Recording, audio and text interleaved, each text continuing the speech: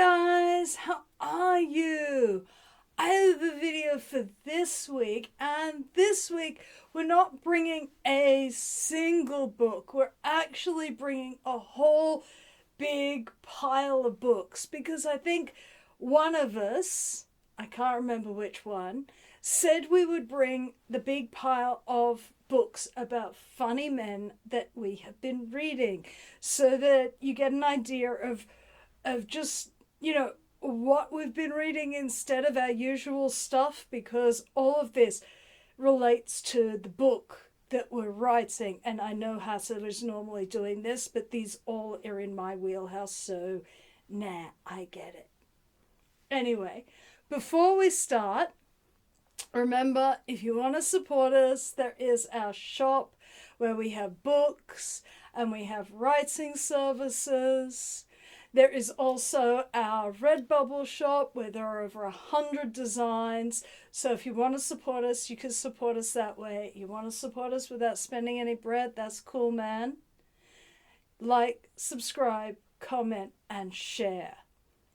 So I'm not talking about one book this week. I'm talking about a whole big pile of them. And I was a bit surprised at how big the pile was. I'm just looking at it. It's in front of me.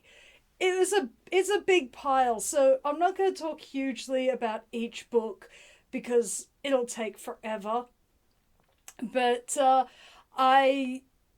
this is all stuff that we've been reading for what we're working on at the moment, and our reading is sort of half this, which is comedy, and half really dry academic stuff. So the really dry academic stuff is just too boring to be giving you, man. Like, I don't want to drive you away. But really dry academic stuff, and then this stuff which is far more interesting, and you might have and want to hear what I think of some of these things. So I was waiting until I had read a particular book before I did this, and now I've read it, and so I think we'll start with that.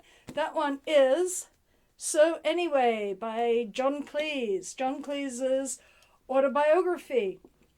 Now, this really annoyed people, which I believe was John Cleese's intention, because big thick book, and it only goes up to the beginning or the formation of Monty Python. You get his childhood, university, and early career. I actually found this really fascinating. I did. He talks a lot about being a writer. He talks a lot about his early days as a performer. He talks about the relationships he forges. He talks about his time at university. He talks about footlights. He talks. He was lucky enough to be in the right place at the right time, for a lot of time. So when he was at Footlights, he joined Footlights in the year David Frost was in his third year of university. He was president of Footlights. David Frost then proved to be influential throughout the rest of his career of this, as shown in this book. He was at Footlights. Footlights had just produced the Beyond the Fringe quartet, and so BBC and others were basically talent scouting in Footlights and Oxford for the new big thing comedically. John Cleese walks out of university a qualified solicitor, not having ever to work as a solicitor, but being a comedy writer for the BBC. It is actually really refreshing to see someone show the receipts, like, rather than just say, and then I got a job here, and then I got a job here, and I think that it's to create this idea that, oh yes, anyone could do this, and it's like, no, he is incredibly aware that not just anyone could do this. He was in the right place at the right time. He is a boy from Western-super-Mare. He is not a person who ever thought this was going to happen, and things happen to fall in his lap. And he is grateful.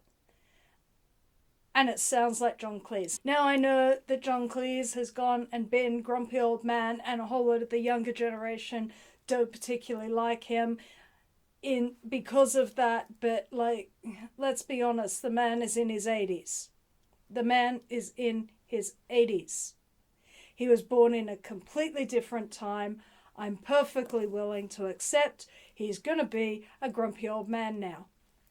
I think one of the things that makes this really useful as a writer is he talks very much about how hard actually writing comedy is, how hard it is, how much work he puts into it.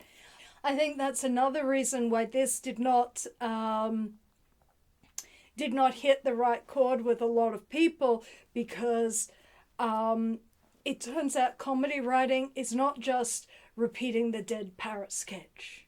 It's not just memorizing your favorite sketches and then blurting them out. That's not comedy writing. That's just being a little bit obsessive. Sorry. So, and you get a sense that he's not all that keen on having his work blurted out at him when in a rush when people meet him. Yeah. So a lot of people didn't like this. I thought it was really good. I liked it as a writer. I think the fact that he is so interested in psychology, he's interested in creativity, he's interested actually in a lot of diverse subjects, which makes him an interesting subject in his own autobiography. And I found that a really good experience reading this. So I really enjoyed this, would highly recommend it, so long as you're not expecting slavish Python stuff. Okay, so the next thing I have, and this is, the rest of everything all has a theme. These two fit into the theme, but the rest of the stuff is all about all the same person. So I thought I'd put them all together. But this is Tinkering, the complete book of John Clarke.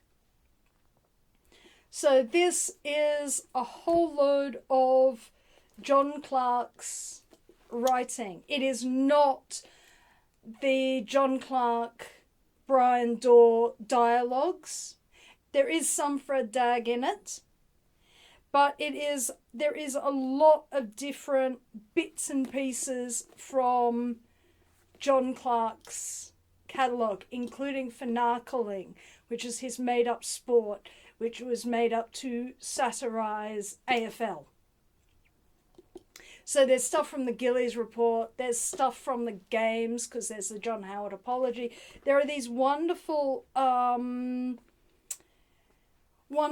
letters home to birds about their children.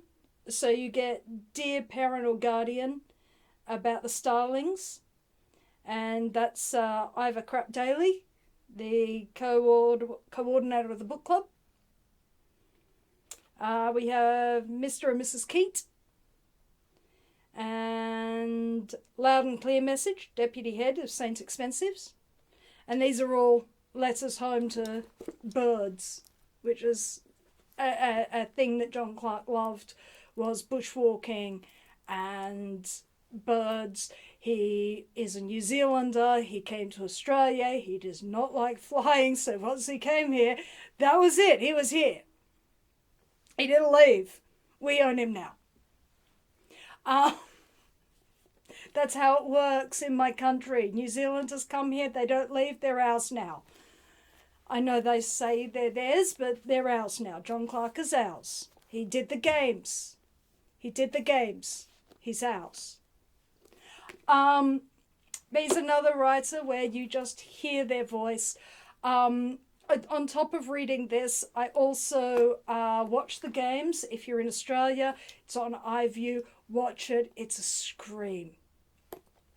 So, for John Clarke. John Clarke is one of our great, best loved satirists. Very sadly missed. Brilliant book. Brilliant book. You'll just hear him. You'll hear him in every sentence. So, another one I really recommend. Now, to the main man. The main funny man. Both of these, John Cleese and John Clarke, had worked with this man. He has had a major influence. In fact, John Clarke would not have done the television interviews that he did with Brian Dorr in the way he did them without the influence of this man. So, of course, we mean, I'm sure everyone can guess it, is Peter Cook. So I have a big pile of books about or with writing by Peter Cook.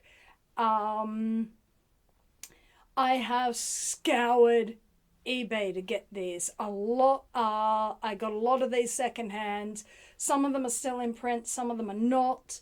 I did manage to get, I will start with this one, which is the Harry Thompson biography. This is big. This, I got a first edition. I actually have 2 copies of this. I have a paperback copy that I read, and I have this beautiful first edition, which I found on eBay, and I bought myself for Christmas because I really like this biography.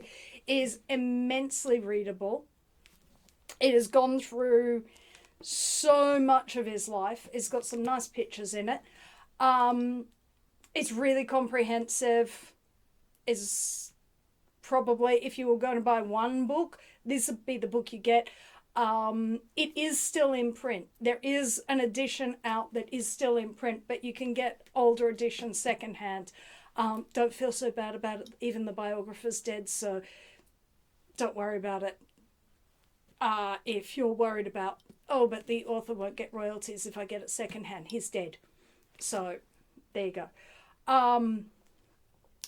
This is really great. As biographies go, it's immensely readable. You know how some biographies can just be a slog? This one is not a slog. It's really readable. It's been really thoroughly researched. You won't get a better book about this man than this one. So that's our first one. From probably the best book that I've read about Peter Cook, let's go to the worst, because let's get it over and done with. This one is called Loving Peter, My Life with Peter Cook and Dudley Moore, and it's by Judy Cook, his second wife, who I don't know why she's going by Judy Cook, because everywhere else she's Judy Huxtable, and why keep the name of the man you divorced unless it is a cheap money grab? Sorry, Judy, that's how this thing reads. I only got one of the books by the ex-wives because I read this one and just thought, wow, that's a depressing book. This wasn't written until 2008. This didn't come out till 2008, over 10 years since Peter Cook had died. Why? Probably because some of the stuff in this book, if it came out while he was alive, would probably be libelous. It's vicious. It's a really vicious book. And I think that there is something nasty about dredging up intimate, personal, vulnerable moments of a relationship with a person who's dead, so they can't put their side of it. And if she's putting all this together to make herself seem sympathetic, she doesn't seem sympathetic. She seems like a doormat. She seems like a doormat who is putting up with stuff that she really probably shouldn't have put up with, probably should have got a bit more of a backbone to stand up to. And, you know, there are other things where it's like, really? That actually looks really sabotagey. Like, your behavior looks sabotagey when you go and do things like, you know, not be supportive of going of your husband going to a psychiatrist to address his drinking when you know he is skeptical of psychiatrists, when you have is not helpful. You know, sort of having an attitude, I just want you to stop, knowing that that's not how that works, is kind of, it doesn't come out well. So yeah, it really is a book that is quite vicious in terms of, I think she was trying to make herself look sympathetic, and, you know, showing all the skeletons in the closet is a bit when the person's dead. But also, you know, as a writer, really good to see bad behavior, because I can use that in various different places. But as somebody who, I bought this and I read this earlier on, and before I'd really engaged with a lot of stuff, or I'd engaged with some stuff but hadn't engaged with a lot. I bought it. I thought, how bad could it be? Actually, it's really bad. And the more I've read and the more widely I've read about things, the more it's like, this starts looking really vicious. Like, really, really vicious. So yeah, I'm afraid I was not impressed with that. You can skip books by ex-wives. Widows, generally okay. Ex-wives, not so much. Not so much. Ex-husbands too, but I don't think ex-husbands do that so much. I think it's more of an ex-wife thing, and it's... So I'm afraid I just decided I'd skip Wendy Cook's one, since this one was... If what his ex-wives are like is if this is an indication of what ex-wives are like, it's like, I'll skip the other one. Thank you very much. So, the next thing that I've got, these are in no particular order. So going all the way back to the beginning, this is the complete Beyond the Fringe. So it's all the scripts. I also have the film of it. That was the one film of the Beyond the Fringe performance that exists, which was, I think, just before they took it to America. This is all the scripts, all the different variations on the scripts, because they did change things over time. I also got the albums, which have some stuff that the film doesn't have on, but the book had, and it's like, oh, I'd like to hear that. And so I also have the albums, which are interesting. Very inventive. It's the four of them. It's doing for comedy what Meet the Beatles did for music. It's the launch of the British satire boom. So, and everything of the 60s comedy goes back to this. It all goes back to Peter Cook and Dudley Moore and Alan Bennett and Jonathan Miller. And even earlier than that, it goes back to The Goon Show, which I've listened to 60 hours of The Goon Show. That does strange things to a person. I'm just going to say it. It does really strange things to a person. But Beyond the Fringe, if you can get that, it's good. Not everything has dated so well, but it's 60 I think 70 years old now. So, you know, I mean, stuff dates. Times change. It's nearly, it's what, 60 years old? It's old. Old. Old. So things date. Actually, it's nearly 70 years old. So don't expect it to be, you know, modern sensibilities, but there's a lot in it that's very funny. Some stuff is dated. Okay. This one. Something Like Fire, Peter Cook Remembered. This is a collection of writing from people who knew Peter Cook. And this is really nice. It's got people like John Cleese. It's got Alan Bennett. It's got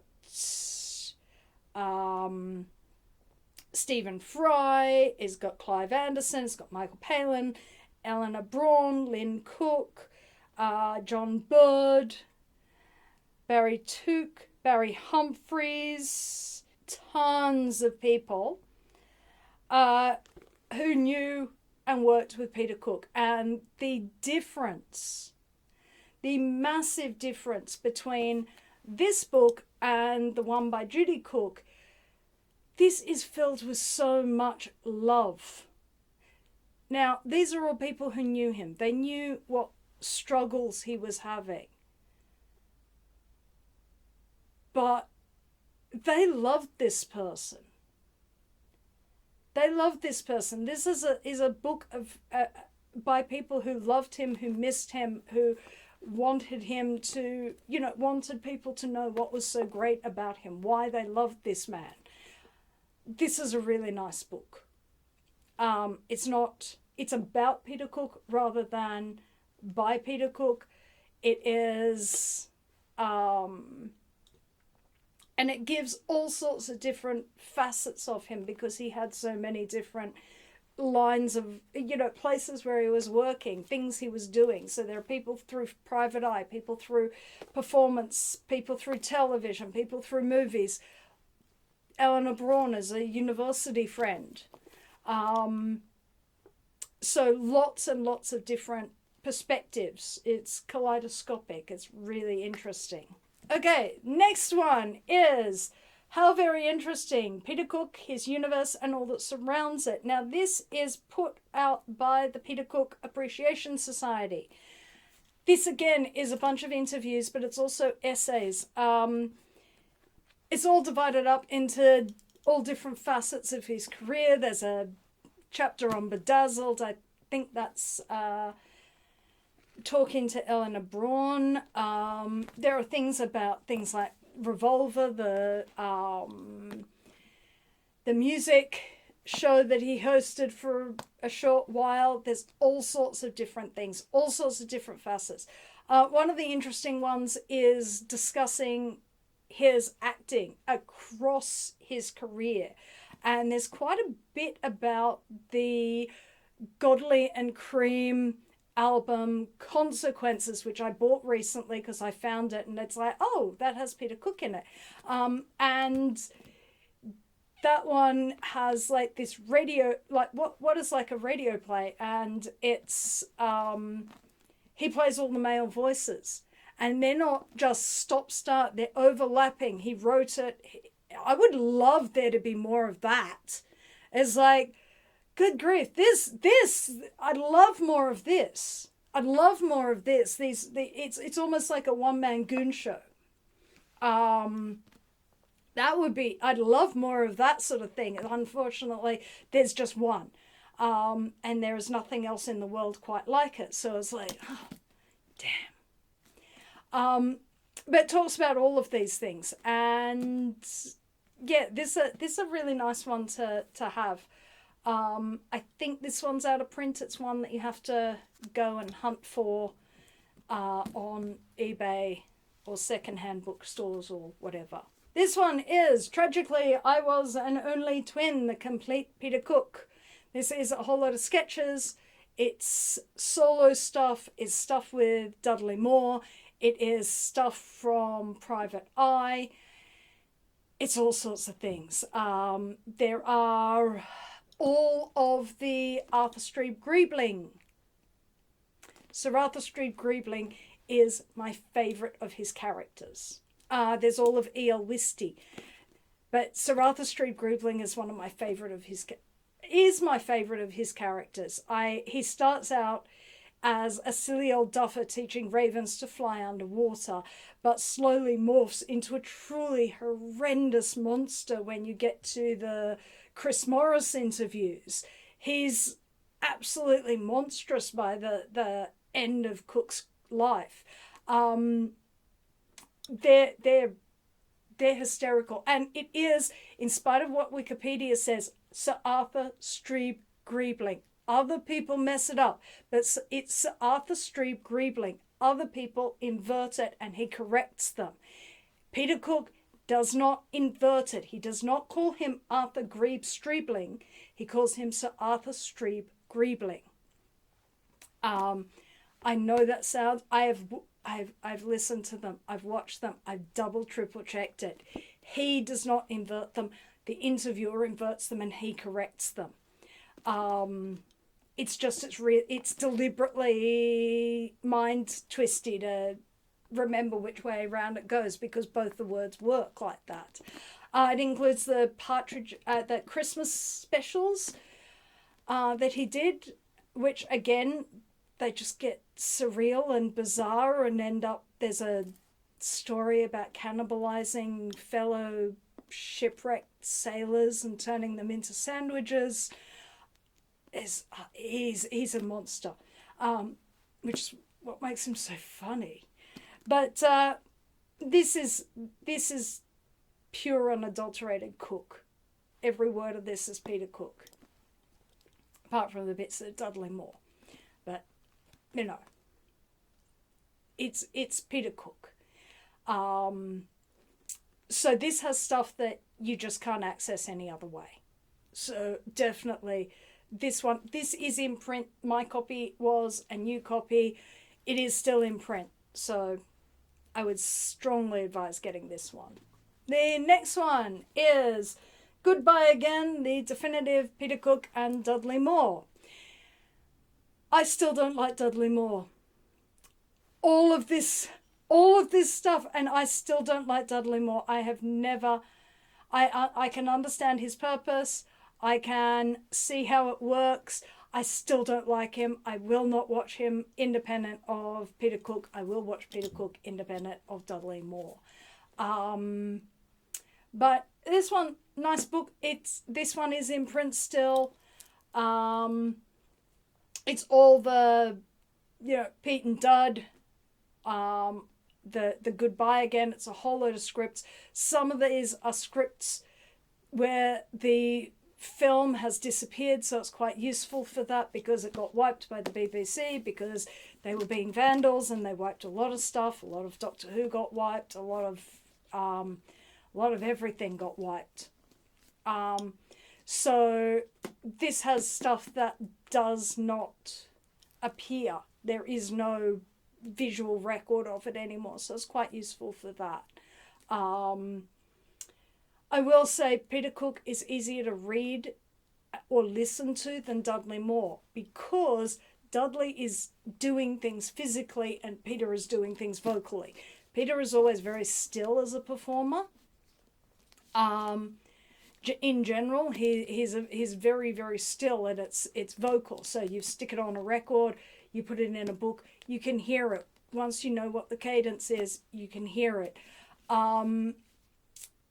Dudley Moore is more of a clown, and therefore it doesn't always translate auditory, or it doesn't leap off the page what he's doing. So there is that element to a book like this. So it's what makes